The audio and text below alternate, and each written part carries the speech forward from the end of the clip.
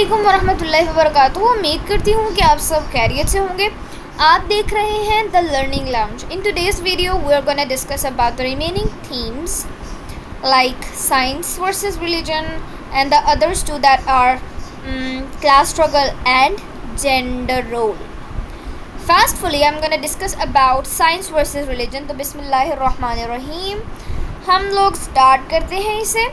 Science versus religion में क्या आ जाता है हमारे पास कि new scientific discoveries challenge traditional religious beliefs. किस तरह से कि जो साइंटिफिक डिस्कवरीज हुई थी, जो नई नई चीज़ें ईजाद की जा रही थी, या साइंटिस्ट्स जो है नई नई चीज़ें आइडियाज़ जो डिस्कवर कर रहे थे, वो डिस्कवरीज जो है चैलेंज कर रही थी जो पुराने वक्तों के रिलीजियस बिलीफ्स थे उनको। किस तरह से, इसकी हमारे पास एक बेस्ट एग्जांपल, जो मोस्ट कॉमन एग्जांपल है, जो क्वीन विक्टोरिया के टाइम में ही डिस्कवर हुई थी, वो थी कि एवोल्यूशन हुई है। किस तरह से, ये थी मिस्टर डार्विन, चार्ल्स डार्विन की थ्योरी थी, थ्योरी ऑफ एवोल्यूशन। उसने ये कहा था कि the organisms are not created in their present form, they went through stages of changes और levels of changes by which they are, वो अब अपनी इस फॉर्म में हैं जिसमें वो प्रेजेंट में हैं, और पहले जो थे वो they were totally different from what they are at present. Okay, और जो ट्रेडिशनल रिलीजियस बिलीव्स थे वो ये कहते थे कि everything is created in its present form.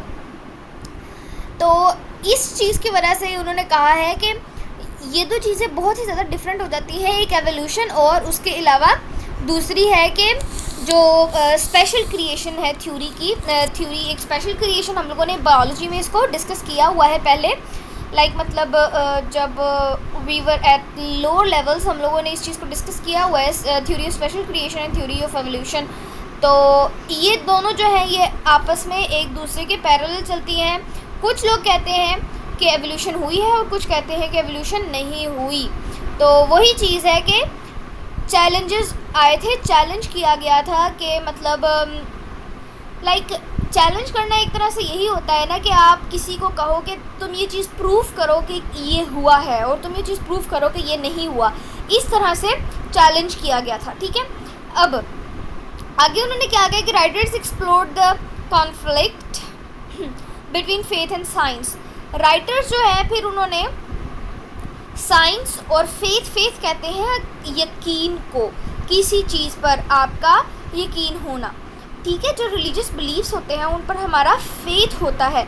Scientist जो हैं वो आइडियाज़ देते हैं जो प्रूफ किए जाते हैं डिफरेंट स्टेप्स के थ्रू।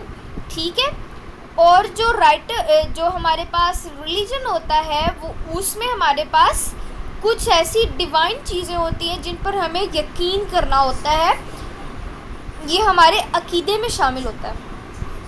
तो वही चीज़ फिर है कि राइटर्स जो है उन्होंने इसमें जो तज़ाद था उसको देखा था, साइंस और फेथ के दरमियान जो उनका कॉन्फ्लिक्ट था उसको उन्होंने एक्सप्लोर किया था। नेक्स्ट हमारे पास है जेंडर रोल्स। जेंडर रोल्स क्या है कि women's role in society became a big debate.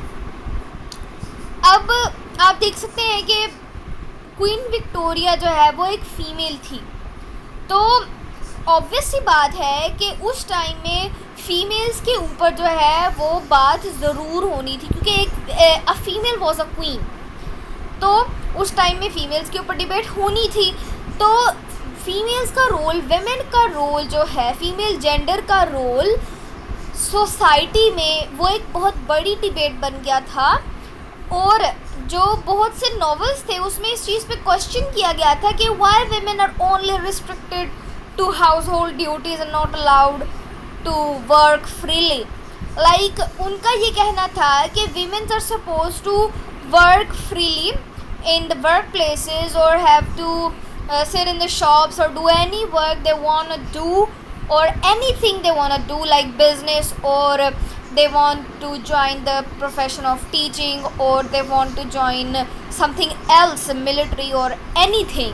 तो वो ये कहते थे कि women must not be restricted to household duties। वो सिर्फ घरेलू काम तक नहीं रिस्ट्रिक्ट होनी चाहिए थी।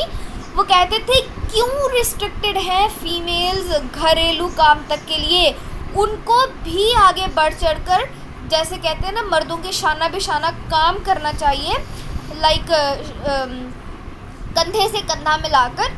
तो वो यही कहते थे कि नॉवेल्स वगैरह या स्टोरीज ड्रामास जो भी थे उनमें इस चीज़ को क्वेश्चन किया गया था कि क्यों फीमेल्स जो हैं उनको रिस्ट्रिक्ट किया गया है हाउस होल्ड ड्यूटीज़ के लिए, और उनको फ्रीडम क्यों नहीं दिया गया। यही चीज़ जो है मैंने आप लोगों को पहले भी बताया, क्योंकि female was the ruler, was the queen. तो इसी वजह से फिर वहाँ पर इस हवाले से क्वेश्चनिंग हुई। नेक्स्ट हमारे पास आ जाता है class struggle. What is meant by class struggle? Class struggle होता है कि यहाँ पर उन्होंने लिखा है कि Victorian society had a strict class system, मतलब कि रिच वर्सेस द पुअर का सिस्टम था वहाँ पर।